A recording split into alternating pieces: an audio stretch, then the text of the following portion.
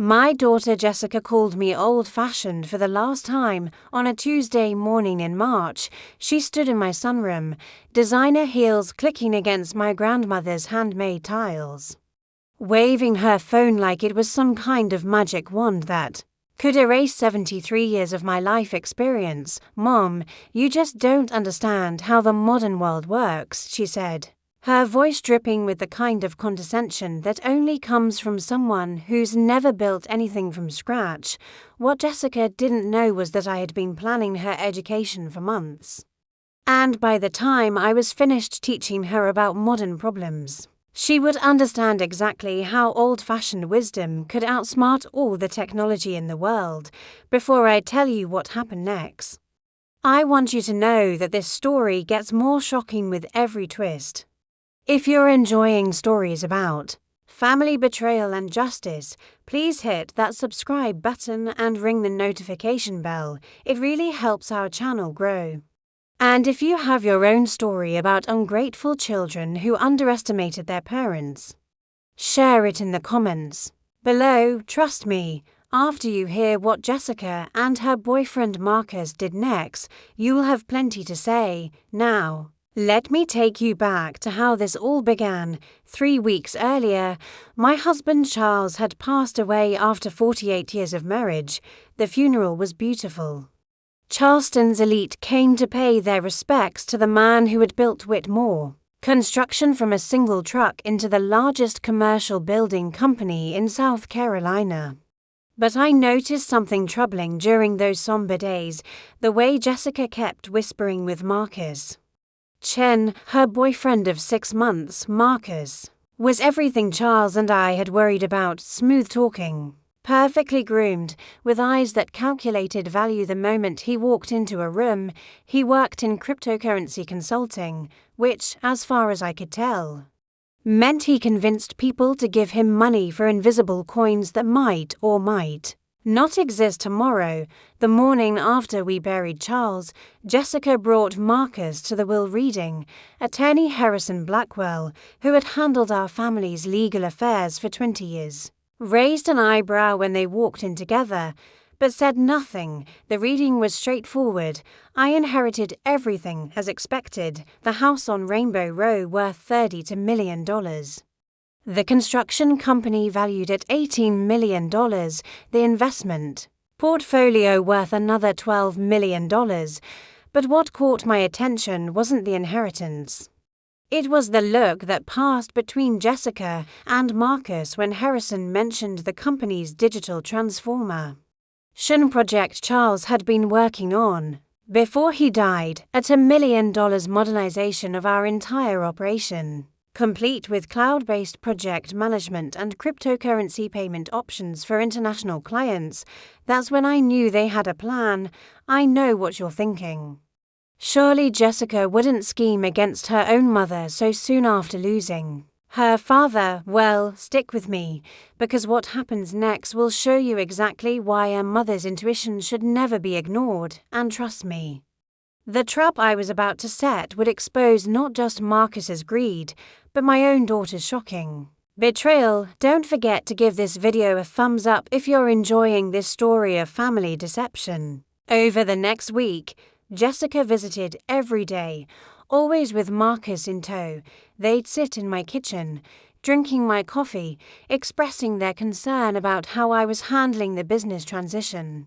Marcus would pull out his laptop and show me charts about digital integration and blockchain efficiency, speaking in technology buzzwords that he clearly thought would intimidate me into submission. "Mrs. Whitmore," he'd say, adjusting his designer glasses, "the construction industry is evolving rapidly. Traditional management approaches are becoming obsolete. Jessica and I have been discussing how we could help you navigate these changes." Jessica would nod enthusiastically. "Mom, I know you and Daddy always did things the old-fashioned way, but times have changed. Marcus has connections in the tech world that could revolutionize our company." What they didn't know was that I had been far from idle since Charles's death. While they assumed I was grieving helplessly in my antique-filled house, I had been meeting with Harrison Blackwell, our company's CFO Margaret Santos, and a private investigator named David Kim who specialized in financial fraud. The truth was, Charles and I had seen this coming 6 months earlier when Jessica first brought Marcus around. Charles had quietly hired David to investigate the young man's background. The results were disturbing. 3 previous relationships with wealthy older women, all ending when he gained access to their financial accounts, to restraining orders. 1 pending lawsuit in California for cryptocurrency fraud. But here's what Jessica and Marcus couldn't have predicted. Charles had been preparing for exactly this scenario. Hidden in our safe deposit box was a second will, one that made specific provisions for what would happen if anyone attempted to defraud the family after his death. And I had something even better. A fake cryptocurrency account worth $5 million. That existed only on paper, designed to catch greedy opportunists who thought they could manipulate grieving widows. Oh, if only I had known what I was about to discover. The plan I was forming would expose not just Marcus's criminal past, but something even worse. My own daughter's willingness to steal from her mother while the dirt was still fresh on her father's grave. Make sure you're subscribed, because this story is about to take a turn that will leave you speechless. The confrontation I'd been dreading came on a Thursday evening. Jessica arrived alone this time. Her face set in what she probably thought was a determined expression. She sat across from me in the living room, where Charles and I had spent countless evenings, and pulled out a folder of documents. "Mom, we need to talk about the future of the company," she began, her voice taking on the tone she'd used as a teenager when she wanted something expensive. "Marcus and I have been working on a proposal that would modernize everything and secure your retirement." She spread the papers across my coffee table. Contracts for digital management systems, agreements with Marcus's consulting firm, and most shocking of all, a power of attorney document that would give her complete control over all business decisions. "Jessica," I said carefully, "your father has been gone for less than a month. Don't you think it's a bit soon to be making such drastic changes?" Her mask slipped slightly. "Mom, I'm trying to protect you. The business world doesn't wait for grief. If we don't act now, we'll lose everything Daddy worked for. You don't understand how complicated modern business is. It's not like when you and Daddy started out with handshake deals and cash payments." That stung, because she knew how hard Charles and I had worked to build our company from nothing. But it also revealed her strategy: make me feel incompetent, overwhelmed, and grateful for her help. "I need time to think about this," I told her. "There isn't time," she pressed. "Marcus has investors ready to fund the expansion, but they need assurance that the company will be managed by someone who understands current market conditions." After she left, I called Margaret Santos and Harrison Blackwell for an emergency meeting. What they told me confirmed my worst fears. Jessica had already been meeting with several of our major clients, introducing herself as the new face of Whitmore Construction and hinting that changes in leadership were coming soon. What I did next was risky. Some might even call it ruthless, but sometimes you have to fight fire with fire to protect what you've spent a lifetime building. And the trap I was about to spring would reveal Jessica and Marcus's true character in ways I never could have imagined. If you're loving this story of family betrayal and justice, hit that like button to show your support. The next morning, I called Jessica and asked her to bring Marcus for dinner on Sunday. "I've been thinking about your proposal," I told her, "and I realize you might be right about needing to modernize. I'd like Marcus to explain more about these cryptocurrency opportunities." I could hear the excitement in her voice. "Mom, that's wonderful. Marcus is going to be so pleased. He has some amazing ideas about international expansion that gave me 3 days to prepare the most elaborate deception of my life with David Kim's help. I created a fake cryptocurrency portfolio showing $50 million in various digital currencies, Bitcoin, Ethereum, and several others I couldn't even pronounce. The documents looked completely legitimate. Complete with transaction histories and growth projections, I also prepared a fake will amendment, supposedly drawn up by a different attorney. That would leave the cryptocurrency holdings to whoever demonstrates the most business acumen in managing the family's digital assets. Harrison Blackwell was initially reluctant to participate in the deception, but when I explained what we were trying to expose, he agreed to play along. Sunday dinner was a masterclass in manipulation. Theirs and mine, Marcus arrived dressed like he was closing a Wall Street deal, carrying a leather portfolio and speaking in the confident tones of someone who thought he'd already won. Jessica wore a new dress and jewelry I'd never seen before, probably purchased with money she assumed she'd soon inherit, Mrs. Whitmore. Marcus said as we sat down to my grandmother's china and crystal. Jessica tells me you're ready to embrace some modern financial strategies. I think you'll be amazed at the opportunities available in the digital currency market. I played my part perfectly, the confused widow grateful for guidance. Oh, Marcus, I'm so glad you're here to help. I have to confess, Charles was always more of a traditional investor.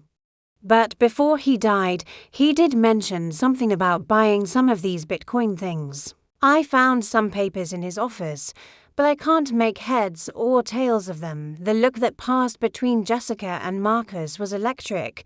I excused myself to find the documents and returned with the fake cryptocurrency portfolio, Marcus's eyes lit up like a child seeing presents under the Christmas tree. Mrs. Whitmore, he said, his voice carefully controlled. This is quite substantial. Your husband was more forward-thinking than I realized. Jessica leaned forward. Mom, this changes everything. With assets like this, we need to think seriously about estate planning and management strategies.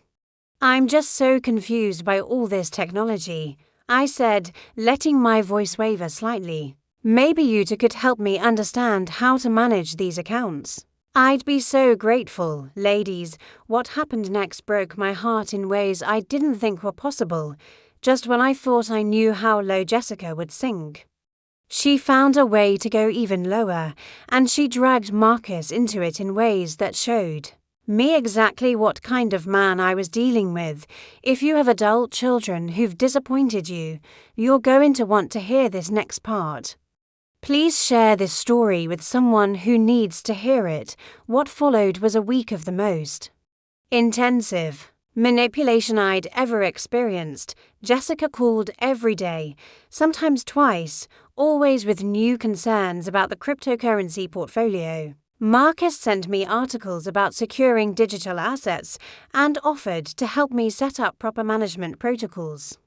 But the real betrayal came when my granddaughter Sophie called me on Friday evening. Sophie was Jessica's 19-year-old daughter, a sweet girl studying business at the College of Charleston, and she sounded upset.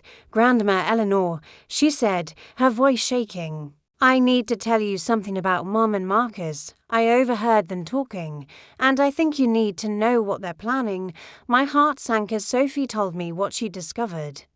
Jessica and Marcus had been researching how to gain financial power of attorney over elderly relatives. Marcus had shown Jessica how to access and transfer cryptocurrency holdings using something called wallet keys, most shocking of all. They had been discussing how to have me declared mentally incompetent if I refused to cooperate with their plans. They kept talking about how you're showing signs of confusion and how grief has affected your judgment. Sophie said, crying now, Grandma, they're planning to steal from you. And they want to use Grandpa's death as an excuse. But then Sophie said something that crushed me completely.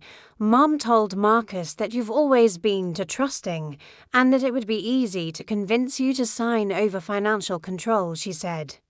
She said she's been waiting her whole life for you and Grandpa to get out of the way so she could finally live the life she deserved. When I hung up the phone, I sat in Charles's chair and cried for the first time since his funeral. Not for the money they wanted to steal. I had more than enough to last several lifetimes.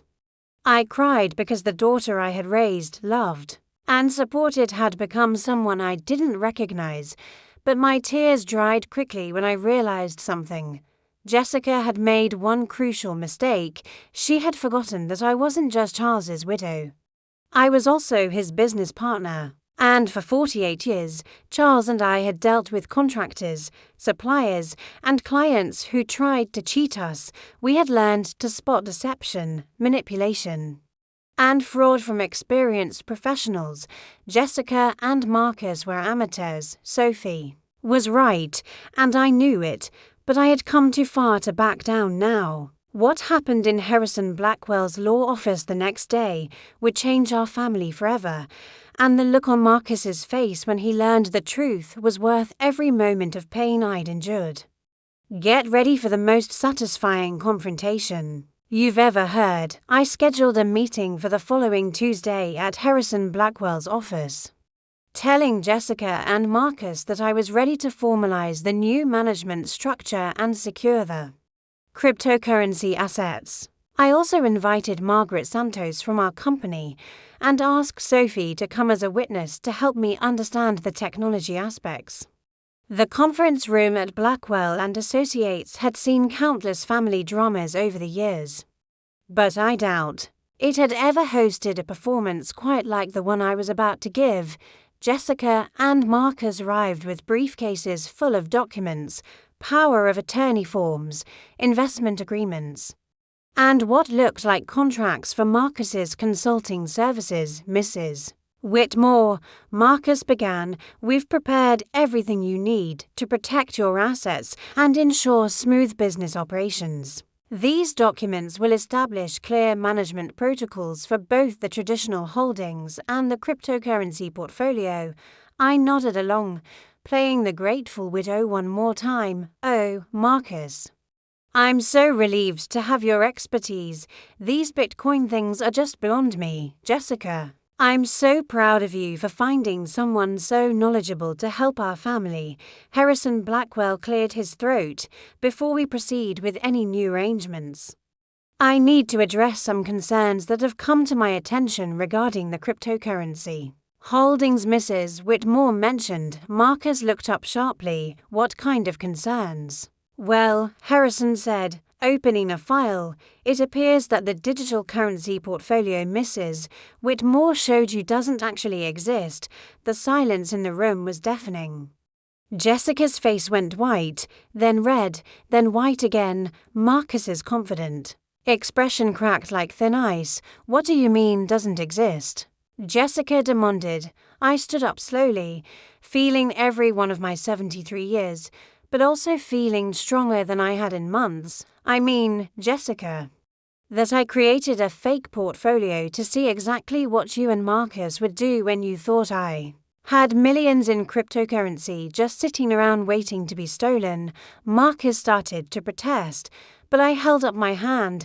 David Kim, could you please come in now? The private investigator entered, carrying a thick folder. Mr. Chen, he said, I believe you know why I'm here. Mrs.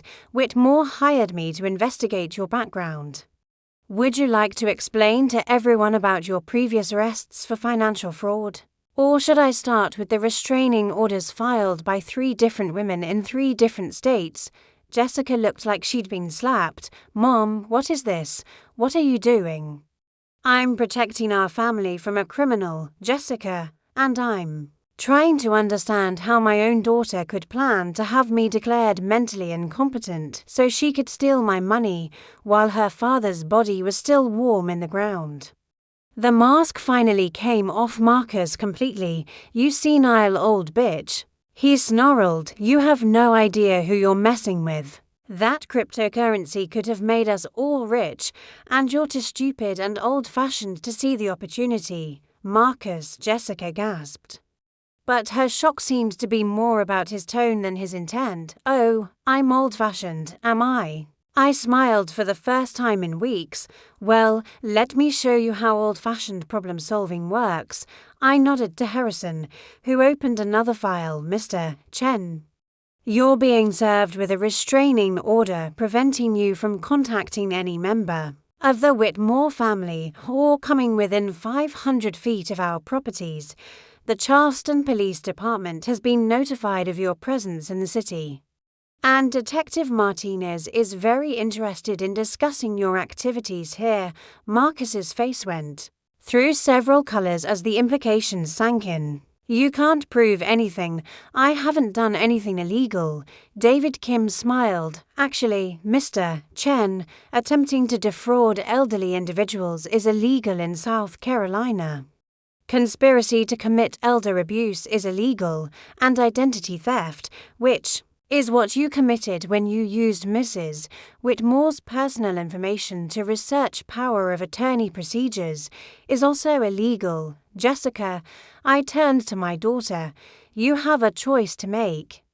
You can apologize to your daughter, to me, and to your father's memory, and we can try to repair our relationship, or you can leave with Marcus and face the consequences of your choices. For a moment, I thought I saw the little girl I had raised flickering in her eyes, but then she stood up, grabbed her purse, and looked at me with contempt I'd never seen before. You're right, Mom, you are old-fashioned, and you're going to die alone in that big house, counting your money and wondering why nobody loves you. She walked out with Marcus, who was already on his phone, probably calling a lawyer. Sophie stayed behind after everyone else left. She came over to my chair and hugged me tightly. Grandma, I'm so sorry about Mom. I can't believe she said those things to you. I held my granddaughter close, breathing in her familiar scent of vanilla perfume and youth. Sophie, your mother made her choice. She chose money over family, greed over love, and deception over truth. Those are choices that reveal character. And character is something that can't be changed by circumstances. But she's still my mom, Sophie said, tears in her eyes. Of course she is, and she's still my daughter. That will never change, but trust, once broken, takes time to repair, if it can be repaired at all. Over the next several weeks, Marcus left Charleston quietly, probably moving on to his next victim. Jessica moved to Atlanta with him, and I heard through mutual friends that she was telling everyone who would listen that I had become paranoid and cruel in my old age. But Sophie stayed. She transferred to finish her business degree locally and moved into the guest house behind my Rainbow Row home. Every morning, she'd bring me coffee, and we'd sit in the sunroom where this all began, planning not revenge or deception, but the future of Whitmore construction. You see, what Jessica never understood was that being old-fashioned doesn't mean being outdated or irrelevant. It means valuing things that don't change: integrity, loyalty, hard work, and the kind of love that protects rather than exploits. Charles and I built our fortune not through cryptocurrency schemes or digital manipulation, but through honest work, fair dealing, and treating people with respect. 3 months after that confrontation in the law office, Sophie presented me with a proposal that made me prouder than any mother or grandmother could be. She wanted to modernize Whitmore construction, not through get-rich-quick schemes or cryptocurrency nonsense, but through sustainable building practices, fair labor policies, and community investment programs. Grandma, she said, I want to show everyone that you can honor the past while building the future, and I want to prove that old-fashioned values are exactly what the modern world needs. Together, we've built something beautiful.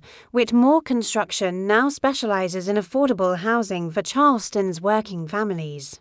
green building practices that protect our coastal environment, and apprenticeship programs that teach young people the value of skilled craftsmanship.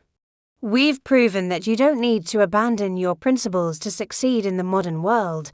You just need to apply them more creatively. As for Jessica, she calls occasionally. The calls are awkward, filled with long pauses and careful words. Marcus is apparently gone, moved on to easier targets, I suppose.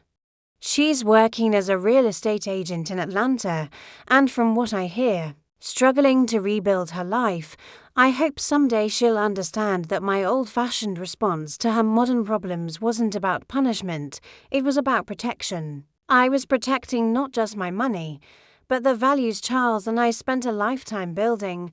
I was protecting Sophie from learning that greed could triumph over love, and yes, I was protecting Jessica from becoming someone even worse than she already was, because sometimes the most loving thing you can do is refuse to enable someone's worst impulses. Sometimes being old-fashioned means having the backbone to say no when everyone expects you to say yes, and sometimes the best way to solve modern problems is with ancient wisdom. Treat people the way they treat others, value actions over words. And never underestimate the power of a woman who has survived 7 decades of other people's underestimation. If you've made it this far, thank you for listening to my story. If you've ever dealt with family members who tried to take advantage of your kindness, or if you've learned to find strength in situations that seemed hopeless, please share your story in the comments below. We read every single comment, and we'd love to share your story too. Don't forget to subscribe for more stories about family, justice, and the power of never giving up.